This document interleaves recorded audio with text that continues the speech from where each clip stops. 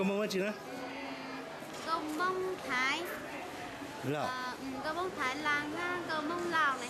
Ồ, mông Thái hay mông Lào đó? Cái cho cái tên rõ mình gì? Tao mà.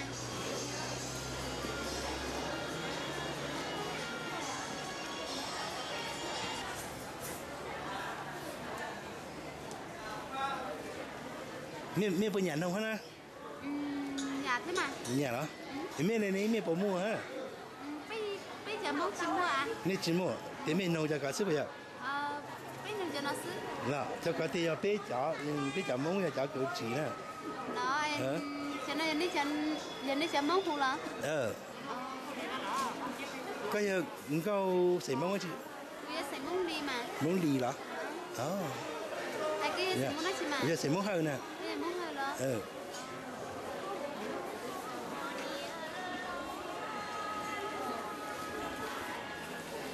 Dùng xe chứ mẹ à? Dùng xe tên đi có theo. Nè. Đây à, mình có chơi chết đâu mình có.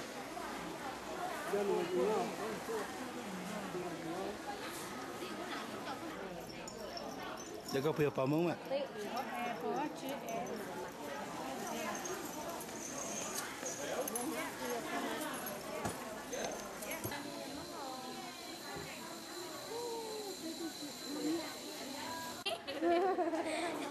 Hello, mẹ tránh chị rồi nè. Cái sợ cốt rồi lắm. Bây giờ mông này à? Bây giờ mông à? Bây giờ nhớ thì mình cả tua. Bây giờ sai mẹ nè. Đây. Mẹ nhớ hôm nữa là mẹ nhớ ít khá tua. Bây giờ được sát tua. Là thế mẹ. Thế mẹ áo chó khổng nó tôi mua nó xí bây giờ. Lộ có ăn gì? Ồ đó. Để thì nhà rồi bố lại bây giờ. Nếu thật tôi nhớ phải chơi nữa là. Thì nhà đó bố ấy rút đi. Nào, bây này là tôi dạng này à. Bây giờ mình nhớ cho chị bây thì nhà rồi bây giờ tàu mua với thì khổng rồi lột đi tu hát nữa. Mẹ xỉ mông nó chứ nữa. Xỉ mông dạng thế. Mông dạng là. Đó, nên bây giờ chả. Kinh rồi. Kinh là. Giống thế giờ.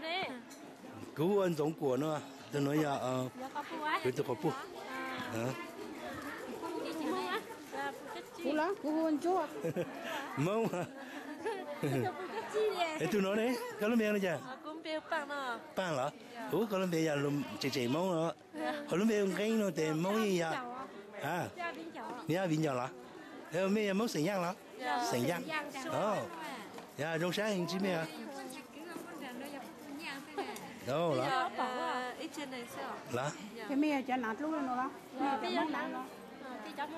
Thế mẹ mông tru là? Mẹ hú luôn chả? Mẹ hú mông đó chứ? Mông này là? Ủa bây giờ mông này hả mồ? Cho mông đâu trên gì mông gì? Bác bây giờ chơi giả? Thế, bây giờ mông à? Biết bộ trong này mông mà? Thế, bây giờ tôi nên trả sẽ dạng từ bên nhà của trong này cứ phía áo chỉ tàu nữa bên muốn đến đâu thì lột cho bút ra bên thao bỏ lên nó sa tàu xứ nó thì bên áo chỉ tàu thì dạng gì đấy rồi thì bên tôi sai mấy sai dạng thì bên bán tàu mấy á. Nhà mẹ xem không? Hôm nay cả rồi. Nhà mẹ đó, nhà bên tôi giờ nhà mẹ hết ta, để ít là á. Nhà mẹ là cái tôi tí mình cả tí thôi, nhà bên mông mình cả. Cho nó tê thế này. Thuốc của này có trao được đâu. Đây thì. Nó thứ sáu rồi, có tổ. Bố tôi sẽ bên nhà tôi nhà bên giờ mà ở bên linh để chẳng này bên chỉ nhá, biết sao mà. Cái giờ sành ra gì? Sành hơn. Nhà mông hợp thuộc cùng đấy. Sành mông thọ. Sành mông thọ. Cái con này có giờ sành dạng lắm. Thế nhá tìm được cả thôi.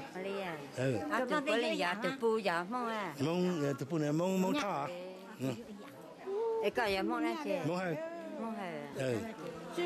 Dùng sáng tôi bù mẹ à? Tôi thời gian biết tôi bù mẹ. Bây giờ mông lọ. Bây giờ mông à? Nhá tìm được cả tế của tôi đó. Bây giờ mông lại giờ.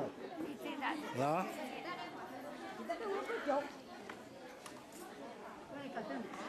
À. Cha bên gì ít là chó, thế nên mà sẽ dạng từ ở bên áo tàu màu này bên này mà bán này có ý dạng.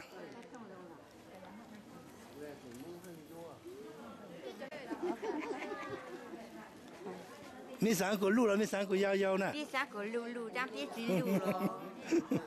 Lú, bên cháu mình có lú à? Dạ. Bên cháu mình thì u lú ấy nữa. Ôi à. Bên cháu mình thì mà. Bên cháu mình to. Bên cháu này, bên cháu mình sát rồi bên sao?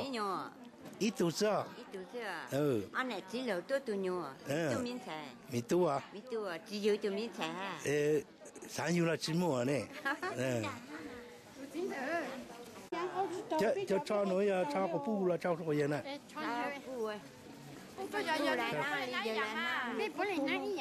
Thế mấy nãy nó chỉ nãy ô giảng à?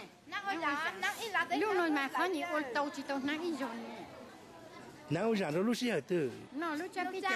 Ồ, nó cha bây giờ thì nãy giờ nó là. Nó cha bây giờ nó lúc cha cha. Một anh nụ mà nó chắc là một dìm lao. Ồ, cha nó bây giờ đâu? Hay là tấm mang lại giờ? Ồ. Tấm mang xíu. Tấm mang hả bây giờ? Cháu nói rằng tấm mang này bên đi mong có bộ chuyện mà giờ lấy cho bông này lấy chữ ra cho nó đi. Ồ.